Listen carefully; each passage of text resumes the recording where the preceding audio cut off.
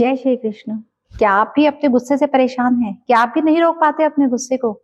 तो आइए सुनते हैं गीता के ये श्लोक।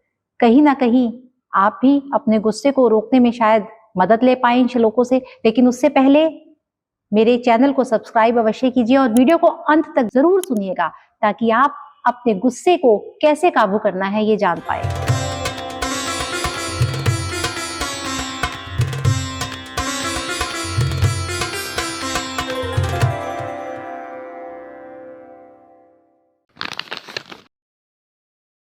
धूमने व्यर्थे वर्ये दर्शा दर्शो मलेन च यथोल्बेनावृतो गर्भस्था मनेदमावृतम्। जिस प्रकार धुएं से आग ढकी रहती है, धूल से दर्पण ढका रहता है, दर्पण के ऊपर धूल पड़ी होती है तो वो ढक जाता है, वहां पर आप अपना चेहरा नहीं देख पाते। और जिस प्रकार जेर से गर्भ ढका रहता है, वैसे ही काम के द्वारा यह हमारा ज्ञान ढका रहता है। हर मनुष्य के अंदर ज्ञान है, लेकिन काम और क्रोध से उसने अपने उस ज्ञान के ऊपर एक पर्दा डाला हुआ है। राख जलती रहती है और उसके धुएं में आग छिपी रहती है। शीशे में यदि धूल हो तो क्या आप अपना चेहरा देख पाएंगे? नहीं देख पाएंगे, आपको अपना चेहरा धुंधला दिखाई देगा। ठीक वैसे ही जब आपके ज्ञान की पुस्तक अंदर है और उसके ऊपर पर्दे पड़े हैं काम और क्रोध के, तो आपका ज्ञान वो बाहर आ ही नहीं पाएगा। तो अपने ज्ञान को बाहर लाने के लिए आपको अपने विकारों पर काबू पाना है। अपने काम और क्रोध रूपी विकार, इन कमियों को साधना है, इन कमियों को दूर करना है।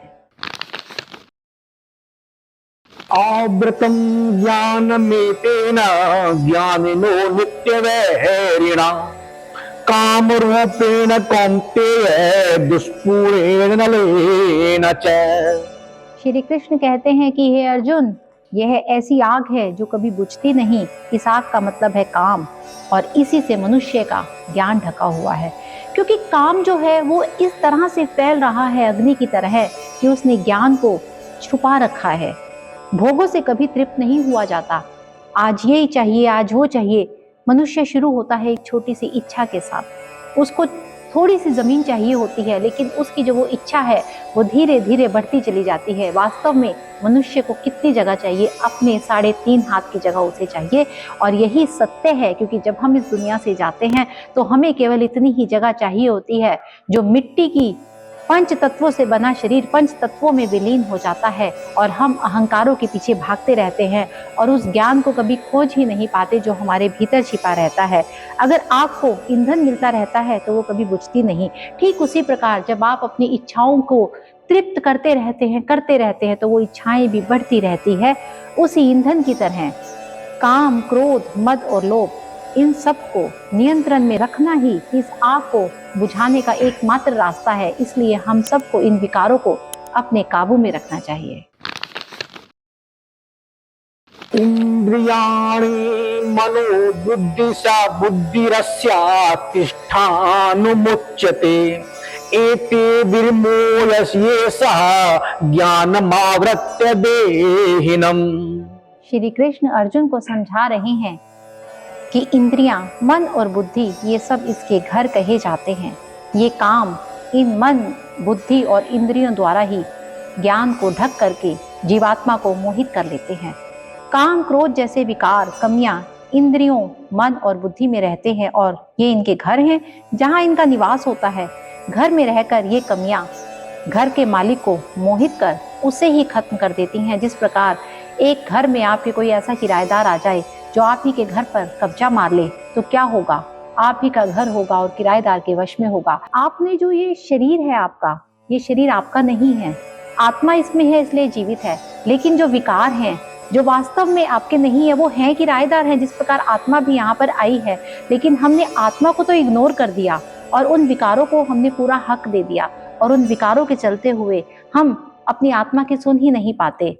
हम काम, क्रोध, मद, मोह, लोभ, अहंकार, इनसे घिरे रहते हैं, इन विकारों से घिरे रहते हैं और ज्ञान से उजागर ही नहीं हो पाते। जान ही नहीं पाते कि हमारे भीतर परमात्मा का वास है। जान ही नहीं पाते कि हम आत्मा उसी परमात्मा का एक छोटा सा अंश है। तस्मात् तत्त्वमिन्द्रियाण्डो नियम्य भरत् सर्वभा पापाप्रम प्रजहिरोनम ज्ञान विज्ञान नाशनम।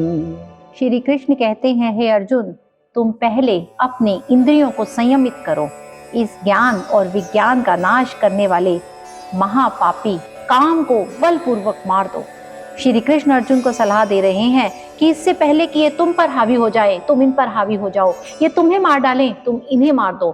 क्योंकि यदि तुम इन्हें मार दोगे तो तुम विजयी कहलाओगे, तुम ज्ञानी कहलाओगे। और जब तुम्हें पता चल जाएगा कि ये तो विकार हैं जो तुम्हारे रास्ते में केवल और केवल रोड़े अटका रहे हैं, तो तुम्हारे लिए युद्ध करना सरल हो जाएगा। कितनी ही बार हमें भी लगता है कि काम करते हुए सो जाएं, बस आपको अपनी इंद्रियों को वश में करना है। हमें भी लगता है कि हम अपनी इंद्रियों को वश में कर लेंगे, लेकिन इतना आसान नहीं होता।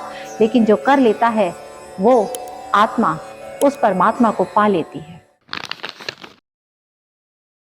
इंद्रियाणि पराण्यारिन्द्रियभ्यः परं मनः, मनसस्तु परा बुद्धियो, बुद्धि परा सस्तु सः। इंद्रियों को स्थूल शरीर से बेहतर, बलवान और श्रेष्ठ कहते हैं। अब इन इंद्रियों से बेहतर है मन, और मन से भी बेहतर है बुद्धि। लेकिन इन सब से श्रेष्ठ क्या है? वो है आत्मा। श्री कृष्ण कहते हैं कि हमारे शरीर में श्रेष्ठ हमारी इंद्रियां हैं। सही बात है, किसी भी शरीर को उसकी इंद्रियां पल भर में वश कर लेती हैं, लेकिन इंद्रियों से भी बड़ा मन है। आपका मन इन इंद्रियों को कंट्रोल कर सकता है। यदि आपके सामने कोई बहुत ही अच्छी चीज़ पड़ी है और आपने अपने मन को टिका लिया है कि मुझे उस चीज़ को नहीं देखना है, मुझे डिस्ट्रैक्ट नहीं होना है, मुझे अपने ध्यान को नहीं भटकाना है, तो आपने अपने मन को काबू कर लिया। लेकिन मन को भी कंट्रोल कौन कर सकता है? बुद्धि। आपकी बुद्धि आपके मन को भी रोक सकती है, और इन बुद्धि को भी कौन कंट्रोल में कर सकता है? आपकी आत्मा। बस हमें उल्टा चले जाना है। हमें अपने जीवन की डोर आत्मा को देनी है। जब हम आत्मा को समर्पित हो जाएंगे तो हमारी डोर ऑटोमेटिकली परमात्मा के हाथों में चली जाएगी। एवं बुद्धे परम बुद्ध्वा संस्था भात्मनात्मना, जहि शत्रु महाबाहो कामरूपम दुरासदम। श्री कृष्ण अर्जुन को समझा रहे हैं कि ये अर्जुन, इस प्रकार बुद्धि से बेहतर सूक्ष्म आत्मा है, वो बलवान है, वो श्रेष्ठ है। बुद्धि से अपने मन को वश में करो। सबसे पहले तो विकारों को वश में करो मन के द्वारा, और फिर मन को वश में करो बुद्धि के द्वारा, और फिर बुद्धि को वश में करो आत्मा के द्वारा। बुद्धि से मन को वश में करना है, और अगर मन वश में हो गया तो आप इंद्रियों को भी वश में कर लेंगे। जब मन और इंद्रियां आपके वश में हैं तो उसका अगला कदम आत्मा के पास पहुंचना होगा। और जिस दिन आप आत्मा के पास पहुंच गए तो आप ज्ञानी बन जाओगे, क्योंकि आपको पता चल जाएगा कि आत्मा परमात्मा का एक छोटा सा अंश है।